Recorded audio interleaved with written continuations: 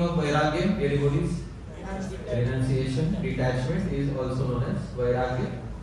So, I'd like to speak on this topic. Before we begin, I'd like to offer Mangala Charan, auspicious invocations. Most of us know these verses. You can kindly sing along with me. Om Jnana-Tirandasya Jnana-Shalaakaya Chakshurmilitam Yena Tasmai Shri Gurave Shri Chaitanya Manobishtam Sthapitam Yena Bhutale Swayam Rupa Kadamayam Dadati Swapadantikam Vandeham Shri Guru Shri Yuttapada Kamalam Shri Guru Vaishnavanscha Shri Rupam Sagrajatam Sahagana Raghunatham Vitam Tam Sajivam Sadvaitam Savadutam Parijana Sahitam Krishna Chaitanya Devam Shri Radha Krishna Padam Sahagana Lalita Shri Vishakam Vitamsha Namo Vishnu Padaya Krishna Prestaya Bhutale Srimate Bhakti Vedanta Swami Nidinamine Namaste Saraswate Deve Gauravani Pracharine Nirvishesha Shunyavadi Pārṣada Deshatarine Namo Bhavananyaya Krishna Prema Pradayate Krishnaya Krishna Chaitanya Namne Gauravise Namah He Krishna Karuna Sindhu Deenabandhu Jagatpate Gopesha Gopika Kanta Radha Kanta Namostute Tapta Kanchana Gaurangi Radhe Vrindavaneshwari Vrishabhanusute Devi Pranamami Haripriye Vanchakalpatarubhyasya Kripa Sindhubhya eva cha Patitanam Pavanebhyo Vaishnavebhyo Namo Namah Jai Shri Krishna Chaitanya Prabhu Nityananda Shri Advaita Gadadhara Shri Vasadi Gaura Bhakta Vrinda Hare Krishna Krishna Krishna Hare Hare Hare Rama Rama Rama Hare Hare Srila Prabhupada ki Anant Koti Vaishnava Vrinda ki Jai Gaur Premanande. Thank you once again, devotees. I am very grateful that all of you are part of this wonderful audience here today. This topic of Bhakti and Vairāgya is very relevant and interesting because devotees can see the connection between Vairāgya and Bhakti very easily. That definitely Bhakti should lead to more and more Vairāgya or more and more detachment from material life. And that common understanding is present amongst all of us devotees, and today we will try to dive deeper into it and see what is the relationship between Bhakti and Vairāgya. But dear devotees, before we begin, I would like to start with a statement by His Divine Grace A.C. Bhaktivedanta Swami Srila Prabhupada. Srila Prabhupada says something in the purport to Srimad Bhagavatam 2:12. So, Ashok Krishna Prabhu has good voice.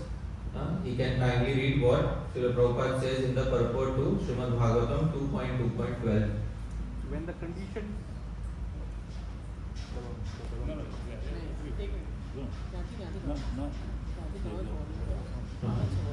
When the conditioned soul finds by culture of knowledge that material necessities are unwanted things, he becomes detached from such unwanted things. This stage of knowledge is called Vairāgya, or detachment from unwanted things. So when the conditioned soul finds by culture of knowledge that material necessities are unwanted things, he becomes detached from such unwanted things, and this stage of knowledge is called as Vairāgya, or detachment from unwanted things. In this particular purport, Srila Prabhupada is emphasizing the fact that something has to come first, culture of knowledge has to come first, and that culture of knowledge will lead to Vairāgya. It's not that Vairāgya will come first and then it will lead to knowledge or bhakti. The culture of knowledge should come first, and that will automatically lead to Vairāgya. Today we will try to understand what is Vairāgya first, and then we will try to understand the connection with bhakti. But in order to understand Vairāgya, what is Vairāgya, dear devotees? Detachment. First we have to understand the original term Virag. But the term Virag comes from the Sanskrit term, please repeat, Raga. So first we will understand what is Rag, then we will understand what is Virag, and from Virag we will understand what is Vairāgya. So first we will understand what is Rag. Devotees, Rag is the exact opposite of Virag, and the Sanskrit term Rag is formed using the dhatu, the verbal root ranj rage, which means to become attached or to become colored. The heart is usually not having any color of attachment, but on seeing something which we like, the heart becomes colored with attachment. This is from the Sanskrit dhatu, Sanskrit verbal root ranja, and using that verbal root ranja, we get the final term ragaha. And I have given the meaning of raga in the brackets. You can see what is the meaning of raga, dear devotees? Attachment. So raga means attachment. Raga also means deep color, coloring something or becoming attached. This is called as raga. This is the definition from the grammar point of view. Now we will also see the definition from the previous Acharya. Sri Jiva Goswami in the Bhakti Sandarbha defines what is raga. So here is Sri Jiva Goswami's definition of raga. Please repeat after me. Vishayina Svabhaviko Vishaya Samsargecha Atishayamaya Prema Raga. So he says Vishayina. Vishayina means for those who are common materialistic people. Swabhaviko, naturally they have Vishaya Samsarga Ichha Atishayamaya Prema. They have natural love for sense objects, natural attraction for sense objects. And the natural attraction for sense objects that normal people have in the world, that natural attraction and love is called as what, dear devotees? Raga. And then he gives an example, Yatha Chakshur Adinam. For example, the eyes naturally become attached to Saundarya Adha. What is Saundarya, dear devotees? Beauty. So sometimes what happens is we are walking on the street, and while walking on the street so many people pass us by and we don't pay any attention to them. But suddenly a very beautiful person passes by. So suddenly our eyes become fixed like a radar. Dear devotees, like this we follow. So this fixation of the eyes on the sense object, there is a Sanskrit term for it. What is the Sanskrit term, dear devotees? Raga. So this may happen with the eyes. This may also happen with the ears. So while listening to something, some particular sound, some particular music, somebody singing may attract us so much that our ears become fixed on that. That attachment is also known as raga. So it can also be fixed on a particular fragrance, on a particular touch, etc. So all of this is known as raga. Here is the translation, Prabhu. Kindly read the translation. The natural deep attachment that a sense enjoyer has towards experiences of sense enjoyment is known as raga. Example, the eyes have such deep attachment towards gazing at beautiful objects. So this is in the Bhakti Sandarbha. This is the definition of raga. Now, dear devotees, today do we have to understand raga or viraga? Viraga. So that definition was very nice, but now we have to understand the opposite. Raga is attachment, and please repeat. Viraga. Viraga. Ragasya abhava. Ragasya abhava. Viraga means ragasya abhava, absence of raga, is called as what? Viraga. So dear devotees, sometimes in any particular object we have total absence of attachment. This is called as Vairāgya. Now sometimes people think that hatred is Vairāgya. Hatred is not Vairāgya. Absence of attachment is called as what? Vairāgya. For example, if let's take about food, most people have rag for wonderfully cooked paneer sabji, isn't it? So we have rag for that. So, but if the sabji which is cooked is, let's say, karela ka sabji, so is it virag or is it dvesh? What is it? Because repulsion is the opposite of rag. Repulsion is the opposite of attachment. So, in some things we develop dvesh. And dvesh is when we start hating something. So, the opposite of rag is dvesh. But between rag and dvesh, there is the neutral position where we are neither attached to something nor do we hate something. We are just naturally detached from it. That condition is called as what dear devotees? Vairāgya.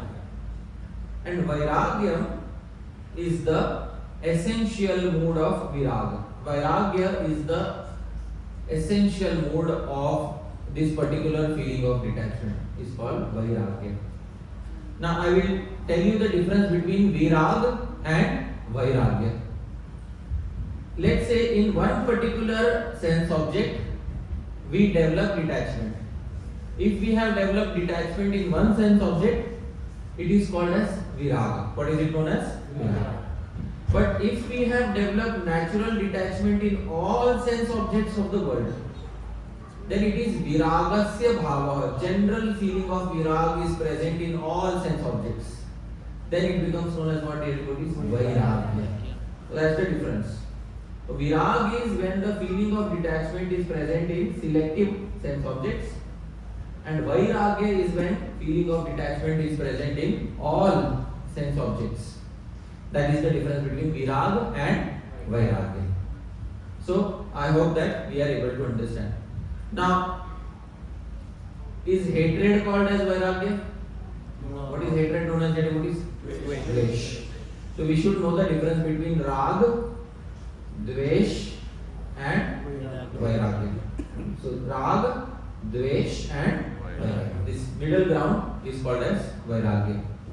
So this we have to understand, because hatred is not actually Vairāgya. Many times people say, I hate this thing, so I am detached from this. No. Hatred is another form of attachment. It's often said that the opposite of love is not hatred. The opposite of love is indifference. Think about it, dear devotees. The opposite of love is not hatred. The opposite of love is indifference. Because truly speaking, love ceases to exist not when there is hatred. Love ceases to exist when there is indifference. So this, dear devotees, indifference is called as Vairāgya, when it enters into all sense objects. Now when we defined rag, we defined from a previous Acharya, Sri Jiva Goswami. Similarly, when we will define Vairāgya also, we will define from a previous Acharya, and Sri Adi Shankaracharya defines Vairāgya very nicely in his Vivek Chudamani. Very nice definition of Vairāgya. Please sing after me. Tad Vairāgyam jihasaya, darshana shravanadivi, dehadi brahma paryante, nyamitye bhog vastuni. Tad Vairāgyam, that is known as Vairāgya. Jihasa. Jihasa means, in Hindi we will say त्यागने की इच्छा. What is jihasa in Hindi? त्यागने की इच्छा. The desire to give up. Through darshana, through the eyes, through shravana, through the ears, adi, through all the senses. The desire to give up sense enjoyment. in all sense objects. Dehadi, beginning with one's own body. Brahma Paryante, all the way up to the position of Lord Brahma. To give up all desires for sense enjoyment, beginning with one's body, all the way up to whose position, dear devotee? Lord Brahma. Anitya, Bhoga Vastuni, because understanding that they are non-permanent objects of Bhoga or enjoyment. Here is the translation. Please read the translation, Prabhu. Vairāgya is to give up all desires of experiencing impermanent objects of enjoyment in the universe through one's eyes, ears, etc., beginning from one's own body all the way up to the position of Lord Brahma. So, Vairāgya has to begin from where it is one's own body. The desire of enjoying through one's own body all the way up to the position of Sri Brahma. So, this is the definition of Vairāgya. Now, can you see, dear devotees, Vairāgya is for one object or for all the objects? All. And Virag is for selective objects. I hope you are able to understand. So, previously we were seeing the difference between Virag and Vairāgya. Virag is for selective objects, Vairāgya is for all the sense objects. Dear devotees, the same Vairāgya has been defined very nicely also by Maharshi Patanjali in the Yoga Sutras. Maharshi Patanjali, 2500 years after he has left this planet, he is still ruling on planet Earth. 2500 years since he has gone. He is considered to be an incarnation of Ananta Shesh. But today, in every nook and corner of the world, you will find a yoga studio. Wherever you find a yoga studio, wherever you find any Ashtanga yoga based therapy, clinic, etc., you should know that there is somebody still ruling over planet Earth. Who is that? Maharshi Patanjali. But he is very wonderful personality. He says in the Yoga Sutras, he defines what is Vairāgya. Now this definition, dear devotees, is one of the most thorough definitions of Vairāgya that we will see. This is his sutra. In the first chapter, Sutra 15 of Patanjali Muni's Yoga Sutra, please repeat after me. Drishtanu Shravika Vishaya Vidrashnasya Vashikara Samya Vairāgyam. Patanjali Muni says that some sense enjoyment is drishta. Some sense enjoyment is drishta. Drishta means we can see from our eyes. For example, devotees, when we go outside in the world, we see there are so many nice things to wear, so many nice things to eat. This is drishta. Can we see it through our eyes? Yes or no? Yes. So that is called as drishta. What is it known as? Drishta. And then there is some enjoyment which is anushravika. Anushravika means we have not seen it but we have heard about it. Drishta and anushravika. Some enjoyment we have heard about it. For example, Shastra says that there is something called as Swarga. Now, is Swarga Drishta or is Swarga Anushravika? So this is called as Anushravika. So some enjoyment in this world is Drishta, you have directly seen. Some enjoyment in the world is Anushravika, you have heard about it. Both these types of enjoyments, Vishaya Vitrishnasya. He says for all these sense objects, Vitrishna, one who has lost all taste. And then he says Vashikar Sangya Vairāgyam. And one who has reached the level of Vashikar. Which level devotees? Vashikar is called as Vairāgya. Now, slightly technical definition we may not be able to understand in the first step, but this is a wonderful definition. First we'll read the translation. Please read the translation, Prabhu. For a person who is devoid of desire for all sense objects that are drishta, seen, and anushravika, heard of, the stage of Vashikara is known as Vairāgya. The stage of Vashikara is known as Vairāgya. Now, some sense objects are drishta. You can see by your eyes, hear by your ears. Some sense objects are anushravika. I'll give an example of the same. Let's say there is a person staying, there is a person who is staying in China and that person has seen through his eyes many enjoyments of food, etc. Those enjoyments will be categorized in which state? Drishta.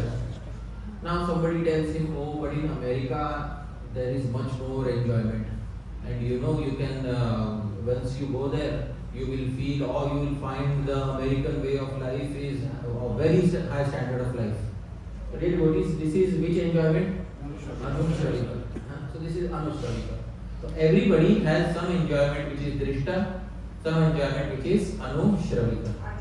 So when there is Vitrishna means complete lack of desire for all such objects, and when it reaches one stage, which stage, dear devotees? Vashikar. That Vashikar is known as what? Vairāgya. So please, dear devotees, please repeat after me. Vairāgya is Vashikar. This is the meaning. Now, dear devotees, what is Vashikar? I will explain. The commentator Sri Vyasadeva explains what is Vashikar. He says that there are 4 levels through which every human being will pass sooner or later. Sooner or later in this life or in a future life, every human being will pass through 4 stages of Vairāgya. First stage, devotee, please repeat. Yatamana Vairāgya is the first stage when a person who is enjoying in the world starts feeling that enjoyment is really leading to suffering in the world. Actually, there is no enjoyment in the world. Gradually, they try to detach themselves from all the enjoyment. They start detaching themselves, but they are unable to sometimes detach themselves from sense objects. They are trying this time. This first stage of Vairāgya has a technical name. What is the technical name, devotees? Yatamana. Which means you are trying right now, but you are failing often. So this stage is called as Yatamana. Next stage, devotees, gradually realization increases and one comes to the second stage. Please repeat. Vyatireka Vairāgya, devotees, is when a person is able to give up one form of sense enjoyment completely, but is still attached to other forms of sense enjoyment. For example, a person may be able to give up his attachment to smoking cigarettes, but he may still be attached to heavy music. So, devotees, this Vairāgya is in which stage, devotees? Vyatireka. Some you have given up, some are still remaining. Further, then Vairāgya proceeds to the third level. Please repeat. Ekendriya. Ekendriya is when you have physically given up all enjoyment, but the enjoyment is still staying in one place. In which place, devotees? Mind. Ekendriya. In mind, the enjoyment still remains. And finally, when even the enjoyment doesn't remain in the mind and you have fully conquered it, then you will reach, please repeat, Vashikara. Vashikara is even within the mind, the thought of enjoyment doesn't arise naturally. So this stage of Vairāgya is called as what, devotees? Vashikara. So we can try to understand in our lives, do we have Vairāgya on Yataman stage? Do we have Vairāgya on Vyatireka stage? Do we have Vairāgya on Ekendriya? Or do we have Vairāgya on the stage of Vashikara? Now many of us may be having Vairāgya on the stage of Vyatireka. You know what is Vyatireka? What is Vyatireka, devotees? Some you have given up. Some there is yet to give up. So most often devotees, they have given up. Naturally, they don't have any desires for some particular types of enjoyment. But sometimes they may have desires for some other types of enjoyment. Then that will fit into which category, devotees? Gradually, it has to come to the third one. What is the third one, devotees? Ekendriya. And from Ekendriya also, it has to mature and come to which stage? Vashikara. Now let's go back and see the sutra again, what Patanjali Muni is saying. Dear devotees, Drishta Anushravika Vishaya Vitrishnasya Vashikara Sangya Vairāgyam. Can you please read it slowly, Prabhuji? Please read it slowly. For a person who is devoid of desire for all sense objects. For all sense objects. If it was not all sense objects, then it would be categorized as which Vairāgya devotees? Vyatireka. Okay, for all sense objects that are drishta, seen, and anushavita, heard of. The stage of Vashikara is known as Vairāgya. Wonderful. So this dear devotees is actual Vairāgya. Once again, these are the 4 stages, and Yatavan, Vyatirek, Ekendriya and Vashikara. Now our aim is to reach which particular stage, dear devotees? Vashikara. Without Vashikara, we should not call it Vairāgya. Without Vashikara, we should not call it Vairāgya. Without Vashikara, we can call it Virag. What can we call it? Virag. In general, I am detached towards certain objects. Virag. But when there is Vashikara, there is naturally no taste remaining in any material objects, then we will call it Vairāgya. Because Vairāgya means Vairāgya on one stage only. And on which stage, dear devotees? Vashikara. Other Vairāgya, other stages are not called as Vairāgya. Other stages are called as what, dear devotees? Virag. So there is a difference between Virag and Vairāgya. So wonderful, dear devotees. This is Vashikara Sangya. Now, how can we understand that how can we easily reach this particular platform? How many of us want to achieve Vashikara Sangya Vairāgya? Please raise your hands. Wonderful. So, dear devotees, the very first step is to understand that in the material world, everything is dukkha. Everything is suffering in the material. Even happiness in the material world is actually suffering. So, this realization is called as, this realization starts introducing Vairāgya in the life. Dear devotees, in the Bhagavad Gita, Shri Krishna says this, and please repeat after me. Yehi samsparshja bhoga dukkhayo evate adyantavantah kaunteya nateshu ramate buddha yehi samsparshja bhoga. What is the meaning of bhoga, dear devotees? Enjoyment. Sri Krishna says samsparshaja. Sparsha means we come in contact with enjoyment. There are many enjoyments which we come in contact with. For example, when we are walking, when we are driving on the street, there are many cars which pass by. And we are able to see those cars, but we are not attached to them. This is called as sparsha. What is it called as? Sparsha. We came in contact with them, but we had no specific attachment. But then there is one car which goes by, which we are really attracted to. Instead of sparsha, now it becomes what? Samsparsha. Now it becomes samsparsha. That's the difference between sparsha and samsparsha. Ye hi samsparshaja bhoga. So all bhoga, all enjoyment arises from sparsha or samsparsha, dear devotees? Samsparsha. It arises from samsparsha. Ye hi samsparshaja bhoga dukkhayonaya evate. From the very source of enjoyment, misery will arise. From the very source of enjoyment, what will arise? Misery will arise.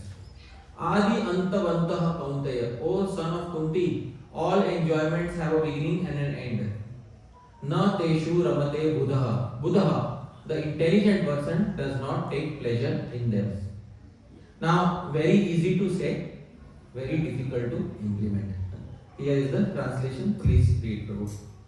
An intelligent person does not take part in the sources of misery which are due to contact with the material senses.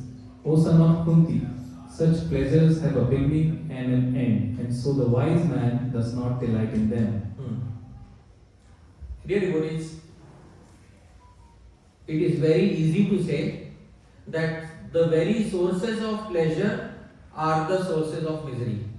But it is very difficult to realize how the very sources of pleasure are the sources of misery. Dear devotees, I would like all of you to think in your mind of the choicest things of pleasure that you have in this world.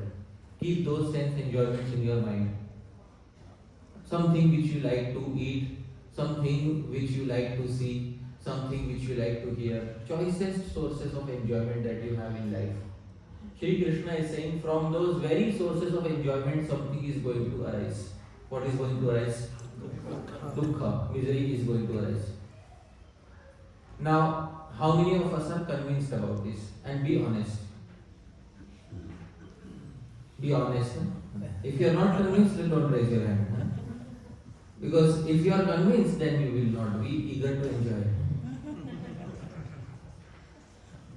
How many of us want to be convinced about this? Wonderful. I want to be convinced. So, dear devotees, there is something which will easily convince us of this particular verse. That the very sources of happiness are actually the sources of misery. Now, dear devotees, we will try to understand how misery arises from the very source of happiness. And you can select your source of happiness, whatever source of happiness you have in the world. Select that source of happiness. And I will tell you how misery arises from there. And we will bring back Maharshi Patanjali. Maharshi Patanjali tells us how misery arises from the very source of happiness. Patanjali Muni says there will be 3 types of dukkha. How many types of dukkha, dear devotees? 3.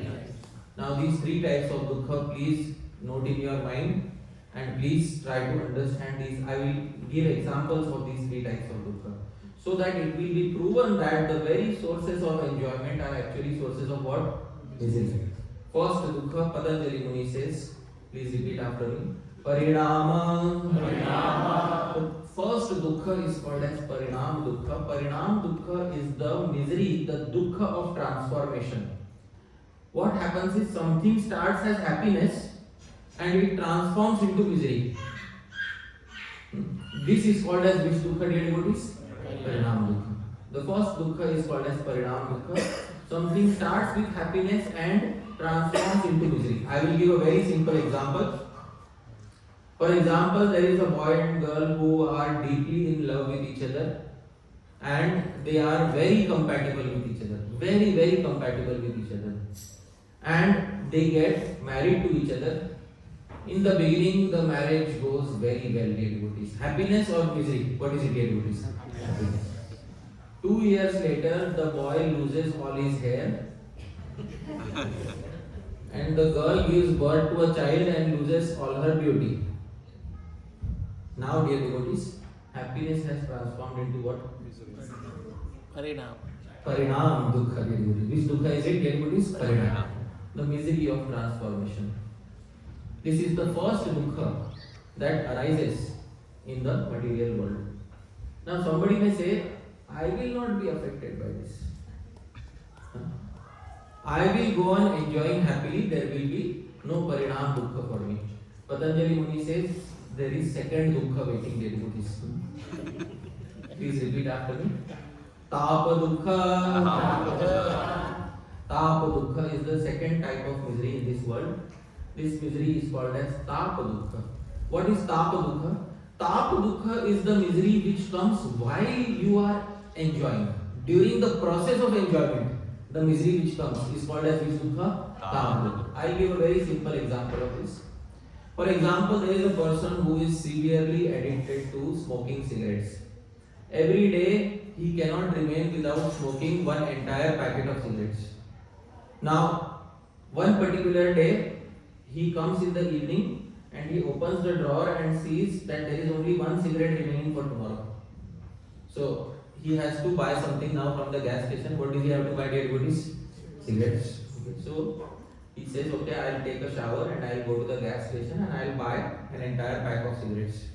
So, he takes a shower. By the time he comes out, there is announcement on the television that it is COVID-19, all shops are closed.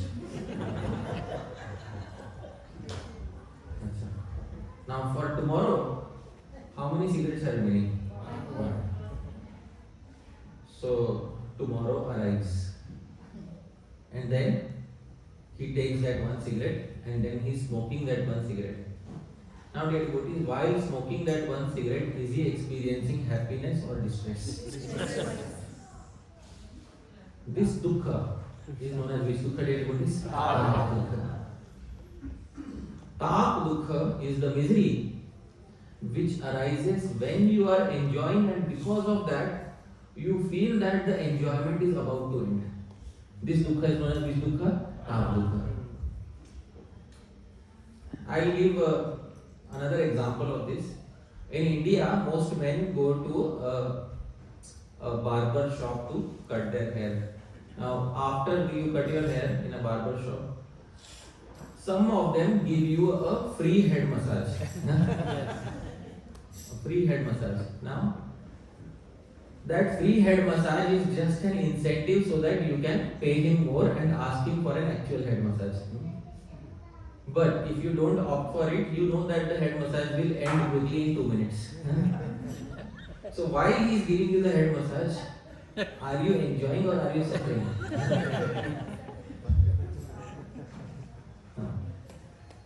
So dear devotees, this dukkha is known as which dukkha? Tap dukkha. So this Same thing when your car wash is going on and you are finishing in 30 seconds. You want to wait. Yeah, you want to wait. Yeah. So that you get your car washed. Yeah. But it's ending. In every enjoyment, while you are enjoying, you start suffering. That the enjoyment is about to end. This dukkha is known as which dukkha? Tap dukkha. Another very good example I had one particular point of time. Dear devotees, I went to a Govinda's restaurant.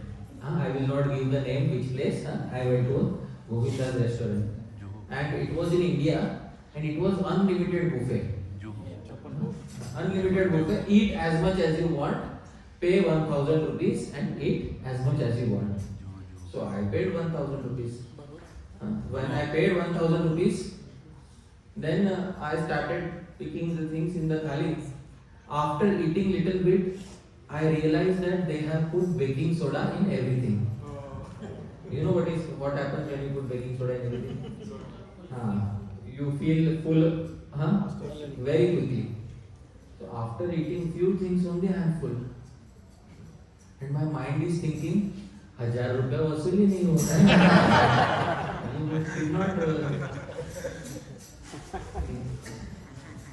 You spent 1000 rupees, but you did not enjoy even 200 rupees. So when that is happening, my mind is saying, कि अरे मूर्ख भोगते समय तो खुश रहे, है ना? So at least be happy while you are enjoying. At least be happy in that. But no.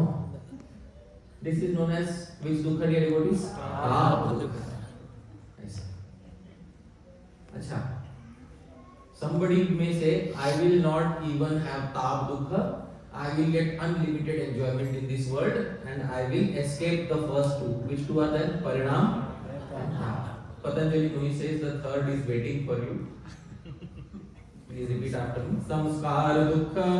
Samskara dukkha. Now what is samskara dukkha? Patanjali Muni says, let's say there is no obstacle to your enjoyment. You enjoy thoroughly and there is absolutely nothing which stops your enjoyment. How many of us want such enjoyment in life? Please be honest here. How many of us? There is neither parinam dukkha nor tap dukkha. Please raise your hands. How many want such enjoyment? Achha. Wonderful, dear devotees. Let's say there is a boy and girl who are very compatible to each other, very good looking. They fall in love with each other and they get married to each other and they turn out to be the best husband and wife ever. There is absolutely no quarrel. They live happily and wonderful life. How many of us would like to have such a life? Please raise your hands. If you are raising your hand, it means you don't have such a life. Yes.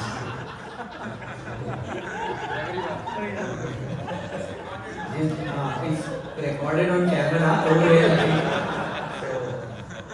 So, आपकी class घर जाके हो गया.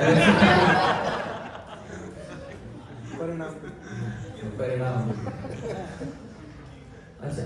Imagine that they live like this for a full 100 years and then the husband and wife die together while holding hands. ठीक है? So there is not even the dukkha of separation from each other even for a moment. Now dear devotees, throughout their life have they received happiness or distress? Happiness. Only happiness. Now every happiness leaves a samskar on the heart. What does it leave? A samskar, an impression on the heart. कि अरे partner हो तो ऐसा हो. A partner should be like this. Husband should be like this. Wife should be like this. Now with these positive impressions they take another birth. Now in another birth, are they going to get the same type of partner? So dear devotees, their happiness in previous life is going to give them distress in their next life. This dukkha is called as which dukkha? Samskara dukkha. So any trace of happiness that we are enjoying right now, it is generating a particular samskara. And that samskara is going to give dukkha later. This dukkha is called as which dukkha? Samskara dukkha. So three types of dukkha. What are the three types? What is the first one, dear devotees? Parinama dukkha. What is the second one? Kama dukkha. What is the third one? Samskara dukkha. And all three can be explained with the help of pink coconut water. If you don't understand, I'll explain what is pink coconut water. When I came for the first time to Canada, there is one devotee who brought to me pink coconut water. How many of you have had pink coconut water? Very few. Na? Those of you who have not had, you are happy people. Ignorance is bliss. So, believe it or not, you can go home and search. In the market, there is something called as which coconut water? Pink coconut. It comes from Thailand. And it is very sweet coconut water. It's available in bottles. They bring it in here in Canada and the US. So first time he gave me pink coconut water. I was not aware. I said it must be pink juice. So I drank and it was heavenly. I mean my mind boggled for some time. I said, what is this? So he said it is pink coconut water. It comes from Thailand. So I said, oh wonderful. So I thought when I went back to India, I said I should take back 2 bottles. So I will, at least in India, I will enjoy pink coconut water. Is there anything wrong? Am I breaking the regulative principles? Yes, no. So, dear devotees, I took back 2 bottles of pink coconut water. Out of them, one of them got spoiled. Which dukkha, dear devotees? Parinama dukkha. It was, when I opened it and poured it and I drank it, it was bitter. Dear devotees, parinama dukkha. Now, out of 2 bottles, I am left with only how many bottles?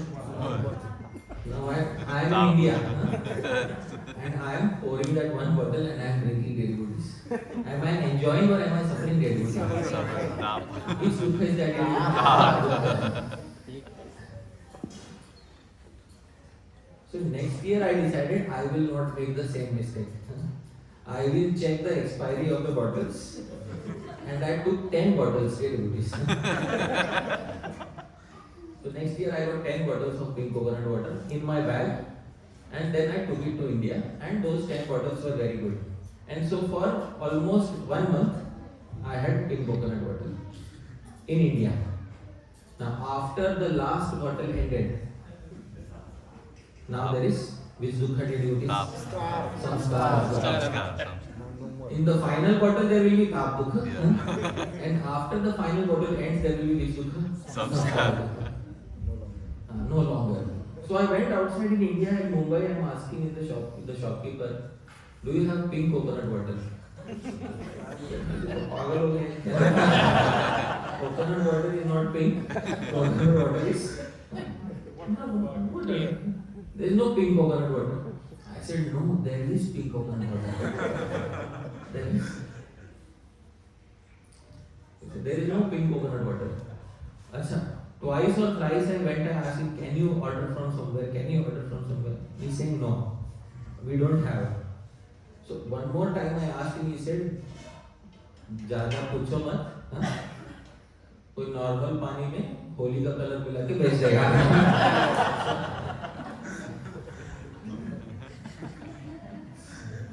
Like this, dear devotees. So these 3 dukkhas are present and they arise from the very source of enjoyment. I hope you are able to understand. They arise from the very source of enjoyment. Therefore, let's go back to the verse again. ये ही संस्पर्शजा भोगा दुःखयोनय एव ते आद्यन्तवन्तः कौन्तेय नदेषु रमते बुधः. Now are we convinced about these devotees that the sources of enjoyment are actually the birthplace of what? Misery. This is what it is. Now how many of us are convinced that enjoyment is actually misery? Please raise your hands. Oh, wonderful devotees. Those who are not convinced till now, time is a very good teacher. It will convince you automatically sooner or later that this is going to happen. So dear devotees, so much about Vairāgya, and we are practicing Bhakti Yoga. So Bhagwan Sri Krishna says one thing about Vairāgya for the Bhakti Yogi. And surprisingly, there is one thing which he says about Vairāgya for the Bhakti Yogi. Dear devotees, Sri Krishna says something about Vairāgya. Please sing after me. Tasman mad bhakti yuktasya yogino vai madatmana na jnanam na cha vairagyam prayah shreyo bhavediha. Tasman mad bhakti yuktasya. Therefore, for a person who is mad bhakti yukta, for a person who is my devotee, yogino vai, who is practicing bhakti yoga, madatmana, my bhakti yoga, who considers me to be life and soul, na jnanam, such a person should not cultivate jnana. Jnana means knowledge of impersonal Brahman. Na cha vairagyam, such a person should also separately not cultivate what? Vairāgya. Prayah shreyo bhaved. It will not be very beneficial for such a person. Two things are not beneficial for the Bhakti Yogi. What are the two things which are not beneficial for the Bhakti Yogi? Jnana, Vairāgya. Jnana is what, dear devotees? Knowledge. Knowledge of what? Engineering, mathematics, chemistry. Knowledge of impersonal Brahman is Jnana. And what is Vairāgya, dear devotees? Detached knowledge. Separate cultivation of detachment is not beneficial for the Bhakti Yogi. Now, we might have heard something different. Vairāgya is beneficial for the Bhakti Yogi. But here Sri Krishna says Vairāgya is not beneficial for the Bhakti Yogi. Now, the statement may surprise us, but here is the translation. Please read, Prabhu. Therefore, for a devotee engaged in my loving service, with mind fixed on me, the cultivation of Gnana, knowledge and Vairāgya, renunciation, is generally not the means of achieving the highest perfection within this world. Why is Vairāgya not beneficial for Bhakti? Why, dear devotees, is Vairāgya not beneficial for Bhakti? Because Sri Rupa Goswami says in Bhakti Rasamrita Sindhu, Vairāgya is shushka. Shushka, what is the meaning of shushka? Anybody know? Dry. Vairāgya is very shushka, it is very dry. And because Vairāgya is very shushka, it has the tendency of drying up the heart. And because it has the tendency of drying up the heart, therefore for a person who is practicing Bhakti Yoga, this is generally not the method of achieving perfection. Dear devotees, Sri Rupa Goswami says something. Please sing after me. Jnana Vairāgyayor Bhakti Praveshayo Payogita Ishat Pradhamame Veti Nangatvam Uchitam Tayo Jnana Vairāgyayor Bhakti Praveshaya. What is the meaning of Pravesh? Enter. For entering into Bhakti, you need little Vairāgya. For entering into Bhakti, you will need little Vairāgya. What little Vairāgya?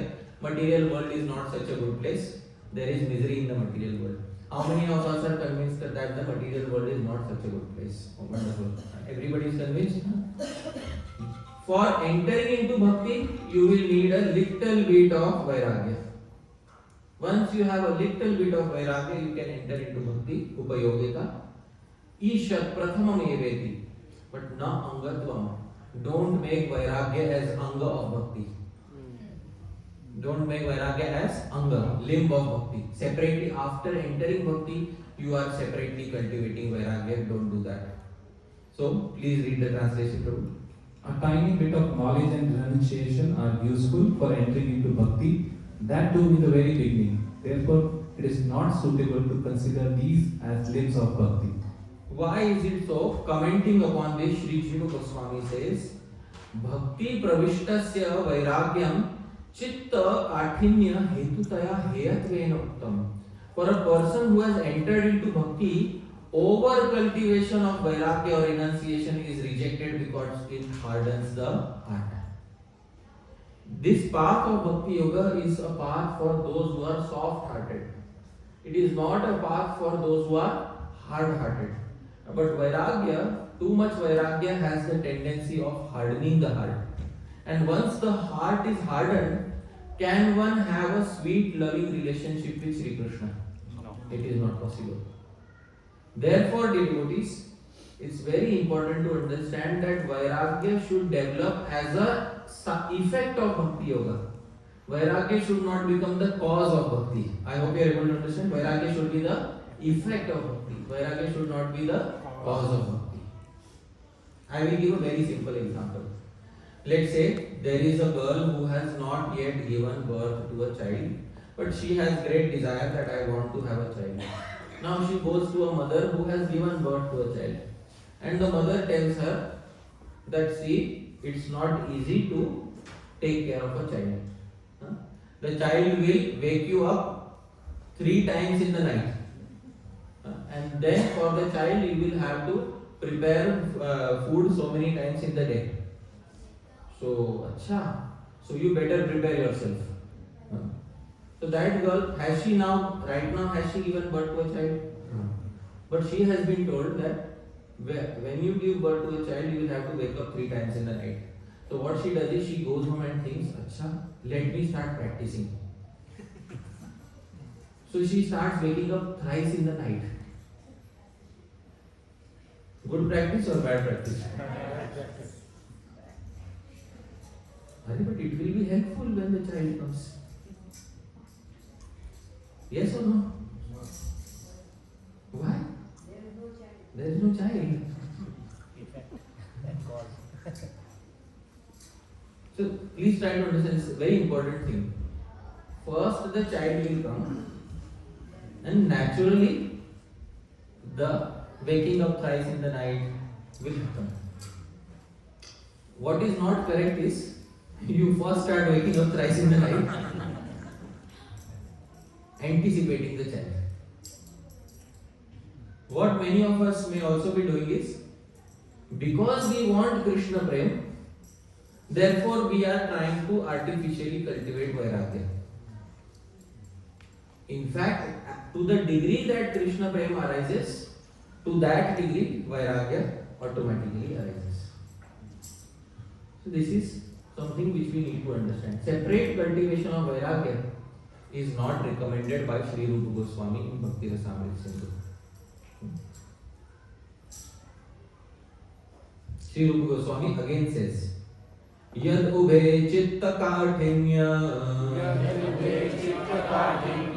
hetu praya satamate sukumara svabhaveyam bhaktistadhetu irita. Yad ubhe, both these things, jnana and vairagya, chitta kaఠinya.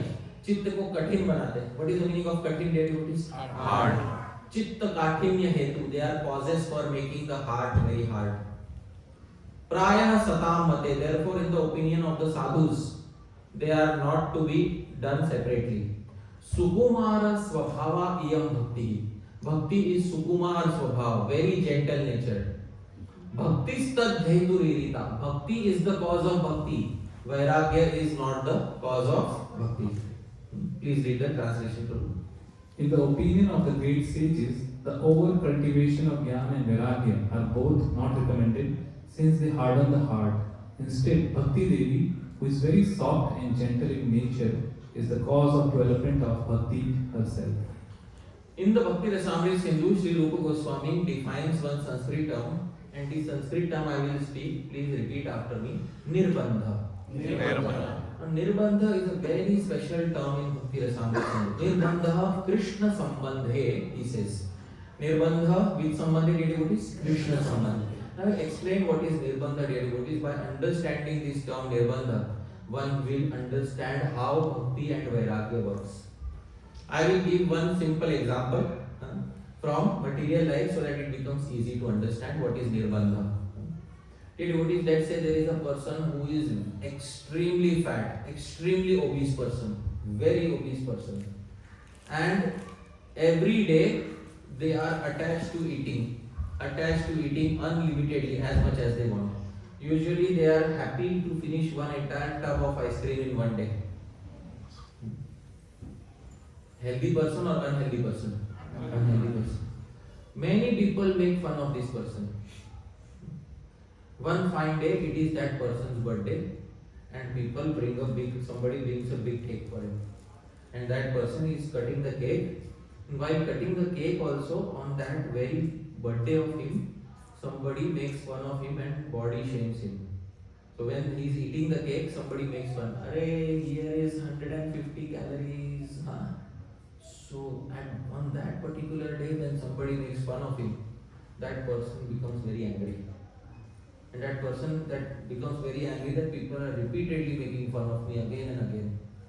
He goes home and cries, and that night he goes to sleep. Next morning he wakes up and says, from this day onwards, either I will become slim or I will die.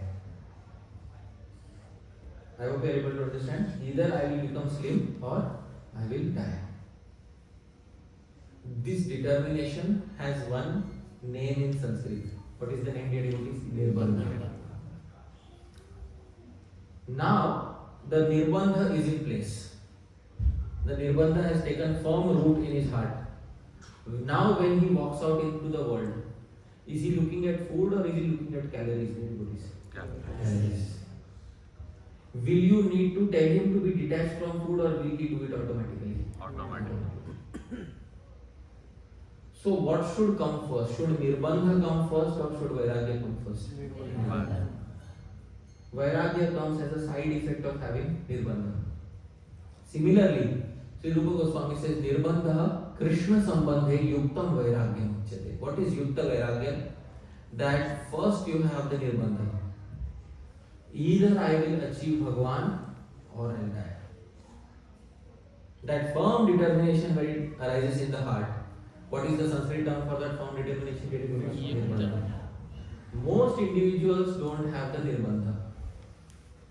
And without having the Nirbandha, they are trying for Vairāgya. Is that Vairāgya going to help? No. It's just like many people go to the gym and they are told stop eating. And they stop eating for a few days.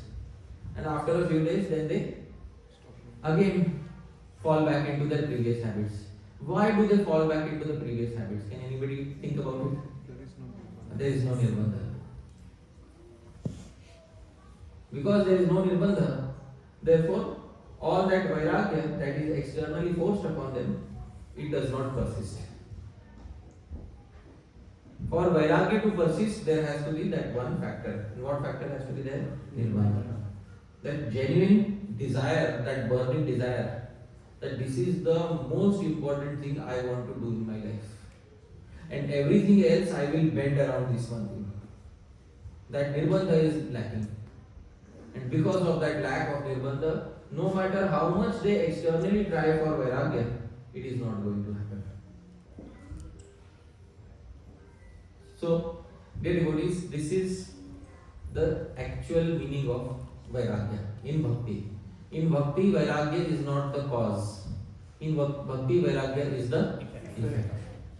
And that effect also arises when there is Nirbandha. That very strong determination that either this or nothing else. There is nothing else to do. That Nirbandha has to be present. if somebody is taking to Vairāgya, just somebody is taking to Bhakti just as a side hobby. Here, Saturday, Sunday, I will be a devotee. Saturday, Sunday, I will dress up in fancy Indian clothes and go to the temple. And then that is how I am a devotee. So that means till this point of time, that nirbandha has not really arisen. And therefore, this person cannot progress on the path. Because to progress on any path, any particular path, and go till the very end, you will need nirbandha on that path.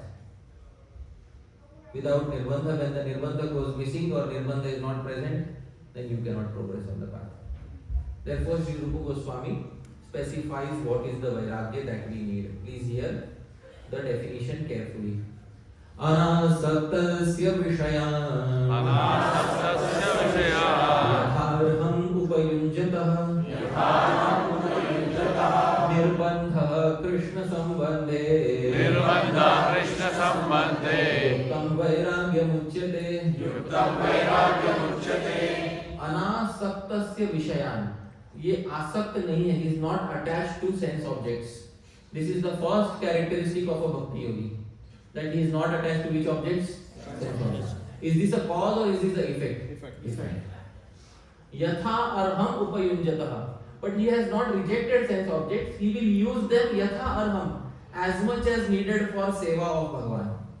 As much as needed for what? Seva of Bhagavan. Why? Because the most important thing is given in the third line. He has something. What does he have, dear devotees? Someone there in relation to whom, dear devotees? Krishna. Yuktam Vairāgya muchyate. His Vairāgya is known as which Vairāgya? Yukta Vairāgya. And I will give a very simple example. There is devotee one, first devotee, and he is thinking, I want to buy a car. Okay? I want to buy a car. Which car should I buy? So he looks at all the cars in the market, and instead of thinking which car will be most helpful for my seva, devotees, he thinks which car do I like the most. Then he selects a Mercedes. कौन सा वाला है? अच्छा गाड़ी कौन सा है यहाँ पे? G-Wagon. अरे वाह, wonderful. Anirudh Prabhu. He selects a G-Wagon car. And then he says, anyways I am using it in Krishna's service. So it is which Vairāgya? Yukta Vairāgya. That is not Yukta Vairāgya. Please, devotees, that is not. Yukta Vairāgya is not whatever I am attached to. I just put the arop on Krishna. That is not Yukta Vairāgya. Yukta Vairāgya is nirbandha. What is Yukta Vairāgya, devotees? Nirbandha.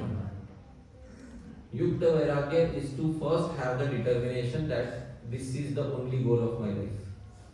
Now, let's say this is the only goal of life. Then, everything else I will bend around this.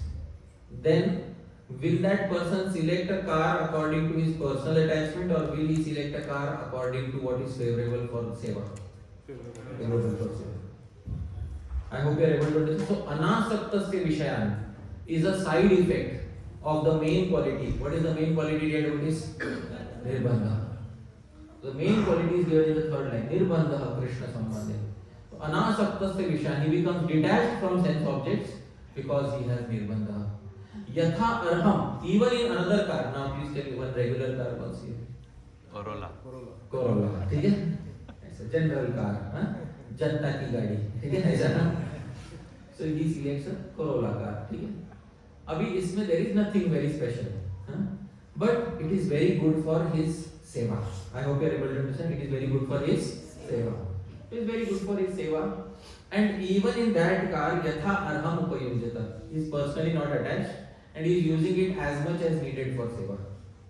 Now please tell me, is he having rag, or is he having dvesh, or is he having vairagya? What is vairagya?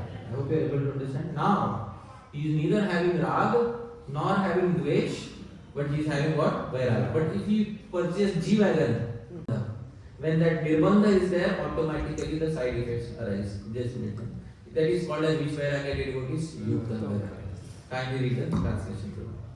For a devotee who is completely unattached to sense objects and who accepts only as much as. How many of us want to develop spontaneous Vairāgya, dear devotees, as a side effect of Bhakti? Please raise your hands. Wonderful. Now, for developing spontaneous Vairāgya as a side effect of Bhakti, we will need to have the most important condition amongst the three conditions. What is the most important condition? Nirbandha. So that, as long as that doesn't arise, till that time we are artificially trying to, okay? Even before becoming a mother, we are waking up in the middle of the night. Is that advisable? Because there is, what is the use of practicing Vairāgya when the Nirbandha is not there? क्या करेंगे? Nirbandha is not there. What is the use of Vairāgya? No use. Absolutely no use. You are torturing your body and mind. और उससे क्या हो रहा है? You are scraping your heart gradually. I was scraping your heart and dry-hearted. Because of becoming dry-hearted, जो थोड़ा बहुत enthusiasm also is there in Bhakti, that enthusiasm also goes away. Because that enthusiasm goes away, then a person is not able to relish the path of Bhakti. In the beginning, I was so happy. In the beginning, you were a sense enjoyer. I hope you are able to understand. Why were we happy in the beginning? Because in the beginning, we were a sense enjoyer. And we did not have any unnatural concepts of Vairāgya in the mind. The path was also a path of enjoyment. Bhakti Yoga is also a path of dedicated happiness. But one thing was supposed to happen, Nirbandha was supposed to happen. That did not happen, and then we are trying to bring Vairāgya artificially. ऐसा है. वो क्या था ना? Somebody told कि a flower has petals and it has lot of fragrance. Somebody said, flower has petals and lot of fragrance. So I am collecting petals and I am sticking them on a stick and I am putting fragrance on it. ऐसा. Do you make a flower like that? No. How do you make a flower like this? It naturally grows. When the seed is there, when the plant is there, the flower is a side effect of the plant. ऐसा तो नहीं है ना कि you have to stick together petals, then spray perfume on it. ऐसा नहीं होगा flower. So trying to separately cultivate jnana and vairagya is like that attempt. But trying to have the seed, which is nirbandha, is the actual means of developing genuine vairagya. So I hope everybody understood what is said here. I will pause my speech here. Thank you very much, dear devotees. यदत्र स्खलितं किंचित् विद्वांसः पूरयन्तु तत् यदत्र सौष्ठवं किंचित् तद्गुरोरेव मे नहि यदत्र स्खलितं किंचित् it was anything mistaken विद्वांसः your learned devotees पूरयन्तु तत् please correct any mistakes but यदत्र सौष्ठवं किंचित् whatever was nice please remember तद्गुरोरेव it belongs to my gurujanas मे नहीं it doesn't belong to me. Thank you very much, devotees. Jagat Guru Srila Prabhupada ki jai.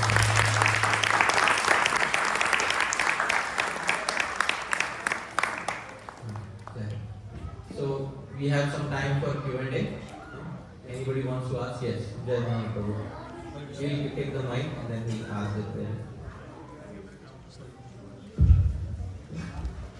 Hare Krishna Prabhu, thank you very much.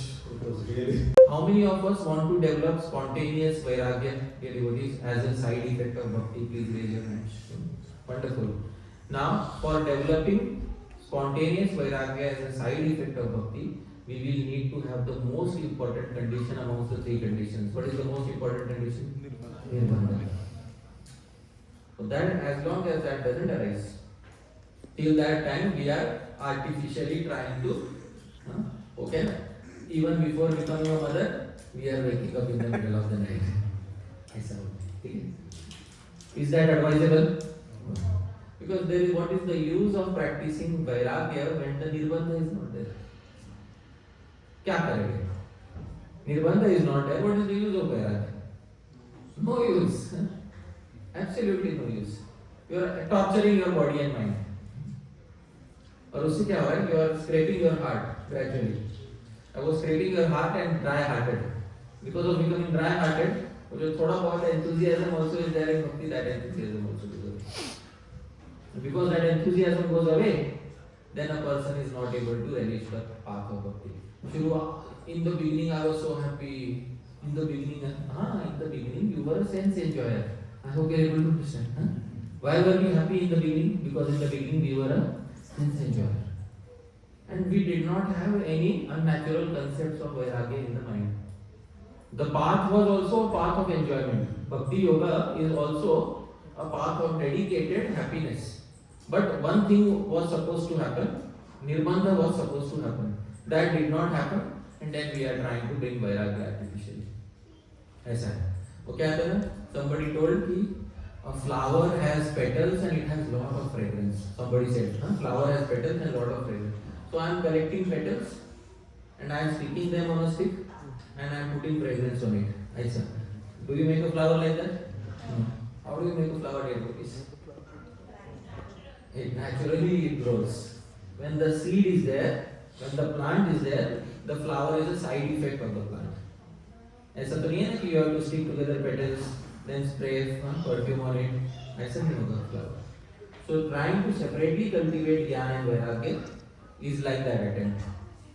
But trying to have the seed, which is nirbandha, is the actual means of developing genuine vairagya.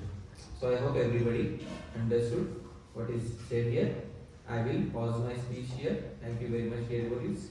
यदत्र स्खलितं किंचित् विद्वांसः पूरयन् तत् यदत्र सौष्ठवं किंचित् तद्गुरोरेव मे नहि यदत्र स्खलितं किंचित् it was anything mistaken विद्वांसः you are learned devotees पूरयन्तु तत् please correct any mistakes but यदत्र सौष्ठवं किंचित् whatever was nice please remember तद्गुरोरेव it belongs to my gurujanas मे नहि it doesn't belong to me.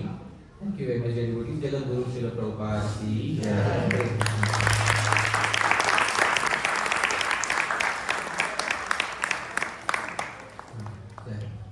So we have some time for Q&A. Anybody wants to ask? Yes. Jai Mani Prabhu. We'll take the mic and then we'll ask the prayer. Hare Krishna Prabhu, thank you very much. It was really